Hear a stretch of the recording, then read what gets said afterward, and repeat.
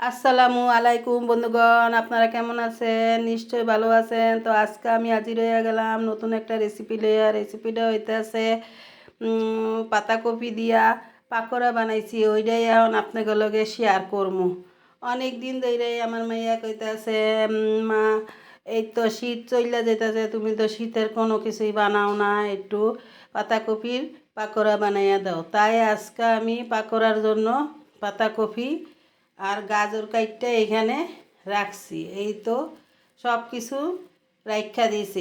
একটা প্লেটে হলদির গুঁড়ি, মরিচের গুঁড়ি, নুন, চাট মশলা, সাদে ম্যাগি মশলা, আর এক বাটিতে চাইলের গুঁড়া, আর এই তো পাতাকপি একটা চালনে ধুইয়া রাখছি, আর এইখানে এক বাটিতে গাজর ধুইয়া জড়াইয়া রাখছি।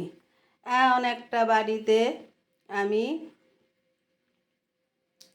আস্তে আস্তে কইরা পাতাকপিগুলো ডাইল্লা লইলাম। দেখতেই তো পাইতাছেন। এখন আবার গাজরগুলি ডাইল্লা দিলাম। এক এক কইরা এটার ভিতরে এখন সব পদের মশলাগুলি ডাইল্লা দিব। এই তো পেঁয়াজ কুচানো ডাইল্লা দিলাম। এই তো এইখানে কাঁচামরিচও কুচায় রাখছি, ওইটাও ডাইল্লা দিলাম। এক এক করে সব কিছুই ডাইল্লা এটার ভিতরে মাখাইয়া জুকাইয়া লমু।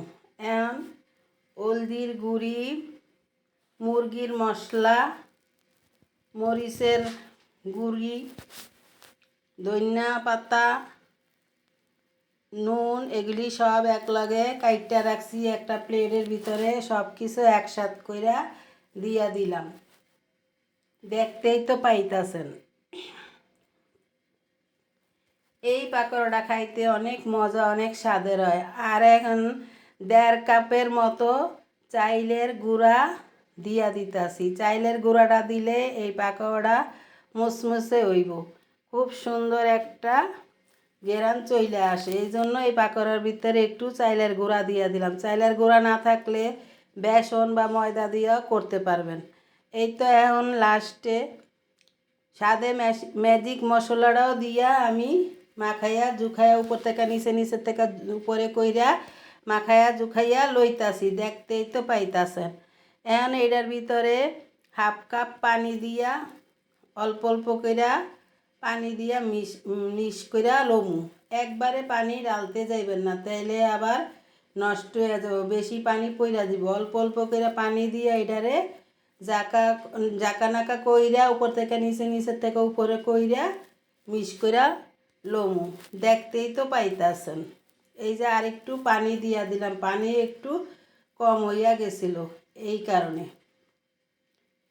এই পাকোড়াটা যদি আপনাদের কাছে ভালো লাগিয়া থাকে তাইলে একটা লাইক দিয়া দেখা শুরু করবেন এবং একটা কমেন্টস কইরা জানাইবেন পাতাকপির পাকোড়াটা কেমন হইছে, এবং একটা শেয়ার কইরা দিবেন।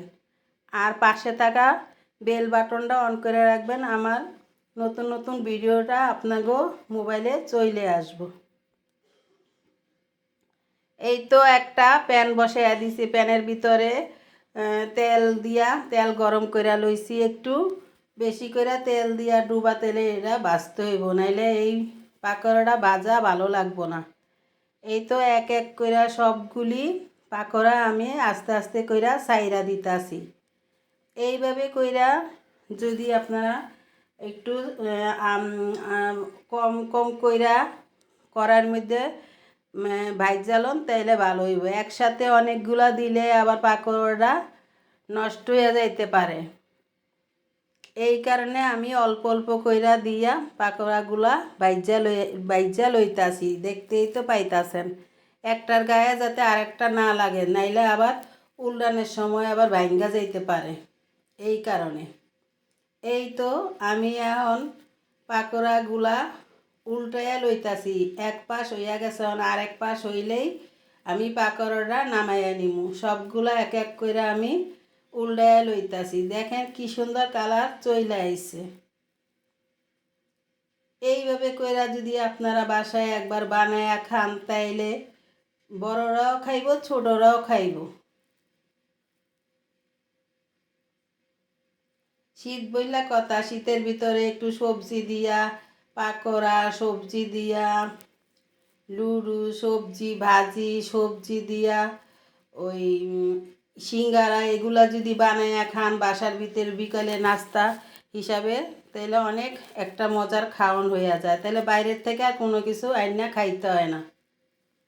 এই তো এখন আমার পাতাকপির পাকোড়াটা হইয়া গেছে। এখন আমি সার্ভিং ডিশে উঠাইয়া লইতাছি। দেখতেই তো পাইতাছেন। অনেক দিন ধরে এই পাকোড়াটা আমার মাইয়া কইতাছে বানাও না কে, বানাও না কে। তো আমি কইতাছি বানামু, বানানোর সময় না, এদিক সেদিক যাই। এইভাবে একদিন সময় কইরা তে পাকোড়াটা আজকা বানাইলাম। এই তো এইটা যদি আবার একটু টমেটো সসের সাথে পরিবেশন করেন সেই মজা লাগবো। এই তো আমার পাকোড়া বানানোটা রেডি হইয়া গেছে। দেখেন পাকোড়াটা কি মশমশা হইছে। আমি আবার একটু কাঁটা চামচ দিয়ে দেখাইয়া দিতাছি, ভাইঙ্গা যাইতাছে না। ভিতরটা দেখেন কত সুন্দর হইছে, দেখতেও সেই রকম লাগতাছে। আল্লাহ হাফেজ।